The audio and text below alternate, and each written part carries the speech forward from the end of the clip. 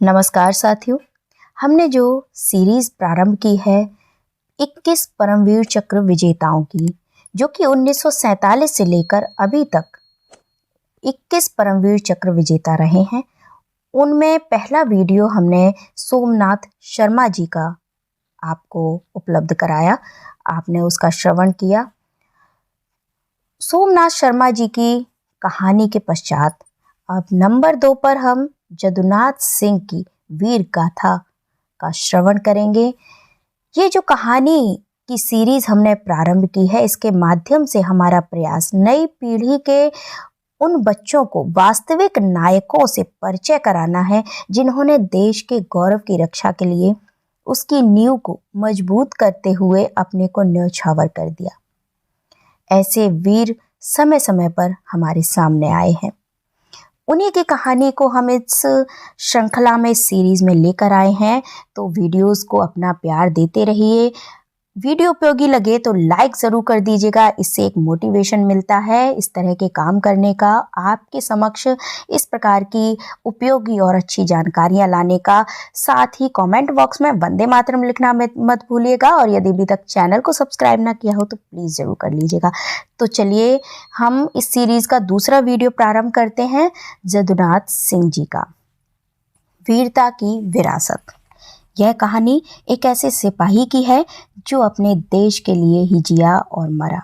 जदुनाथ सिंह का जन्म उत्तर प्रदेश के एक छोटे से गांव खजूरी में 21 नवंबर 1916 को हुआ था।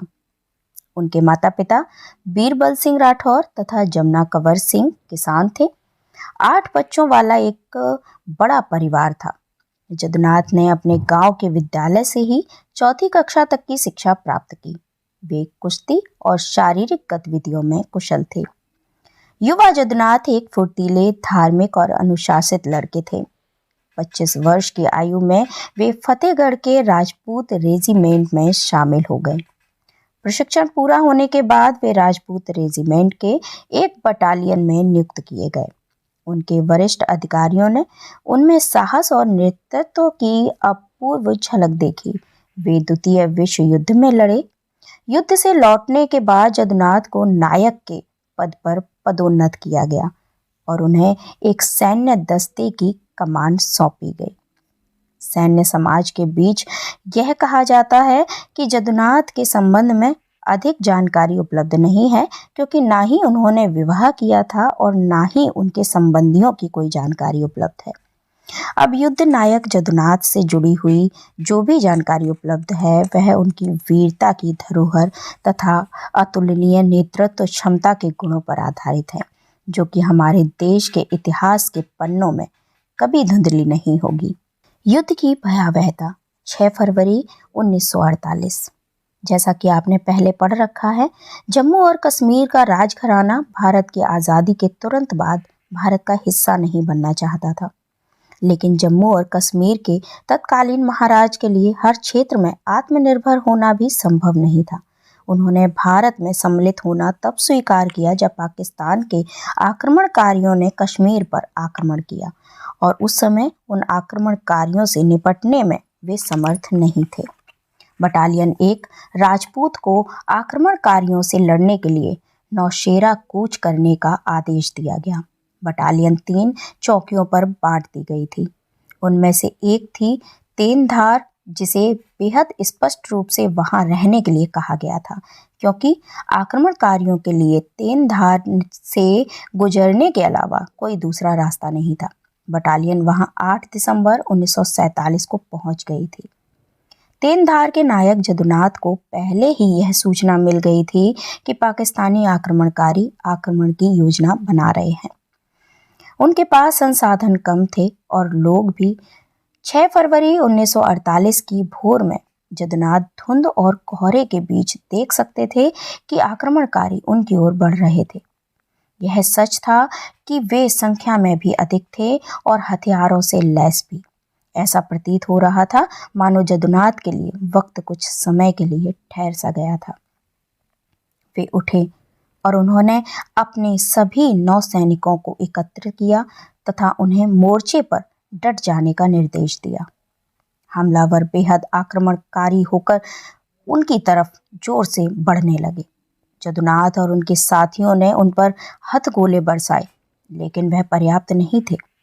योद्धाओं और आयुधों के समुद्र में यह एक चुटकी नमक की तरह था। यह अभिलिखित है कि एक ऐसा समय वहां आया जब वे खंदकों में गए और द्वंद्व युद्ध किया। इस युद्ध की प्रचंडता के बीच जदुनाथ की सेना के 4 लोग घायल हो गए। एक नॉन कमीशन्ड ऑफिसर होते हुए भी हवलदार दयाराम ने आगे बढ़कर अपनी जान को जोखिम में डालते हुए बेहद करीब से मोर्टार से गोलाबारी शुरू कर दी। इससे उन्हें और अन्य भारतीय सैनिकों को क्षति पहुंच सकती थी, लेकिन जदुनाथ सिंह की इस रणनीति ने ही भारतीय पोस्ट को एक भयंकर तबाही से बचा लिया। जदुनाथ गोलियों से गंभीर रूप से घायल हुए थे। वे खड़े होकर चलने तक में असमर्थ थे, लेकिन बेहद बहादुर जदुनाथ ने अपने आप को घसीटते हुए एक घायल सिपाही की बंदूक उठाई और उसे लेकर वे तब तक लड़े जब तक कि गोला बारूद खत्म नहीं हो गए। यह उनके अलविदा कहने का अंदाज नहीं था। उन्होंने आक्रमणकारियों की एक तलवार उठाई और तब तक लड़े जब तक कि उन्हें गोली नहीं मार दी गई। ये उनकी बहादुरी की ही तस्वीरें नहीं हैं, बल्कि ये उनकी नेतृत्व क्षमता को भी दर्शाती हैं। जदुनाथ के साहसिक कारनामों से प्रेरित होकर उनके सैनिक मरते दम तक लड़ते रहे। हम यह कह सकते हैं कि सैनिकों द्वारा दिखाई गई यह वीरता उनके नेता जदुनाथ के प्रति उनकी एक श्रद्धांजलि थी। अपनी आखिरी सांस तक जदुनाथ ने आक्रमणकारियों को अपनी चौकी नहीं लेने दी। उन्हें मरणोपरांत परमवीर चक्र से सम्मानित किया गया। देश के युवाओं को देश प्रेम और देशभक्ति का एहसास कराने तथा उसका सही अर्थ समझाने का इससे अच्छा तरीका और क्या हो सकता है। हमारे स्वतंत्रता सेनानियों के बारे में तो विद्यार्थियों को यथासंभव जानकारी दी ही जाती है, इसलिए हमारा प्रयास इन वीडियोस के माध्यम से ऐसे वीर सैनिकों के बारे में उन्हें बताना है जो बहुत पहले नहीं हुए हैं, और इसी कारण उनकी इच्छा उनके पराक्रम से खुद को जोड़ लेना बहुत कठिन भी नहीं है।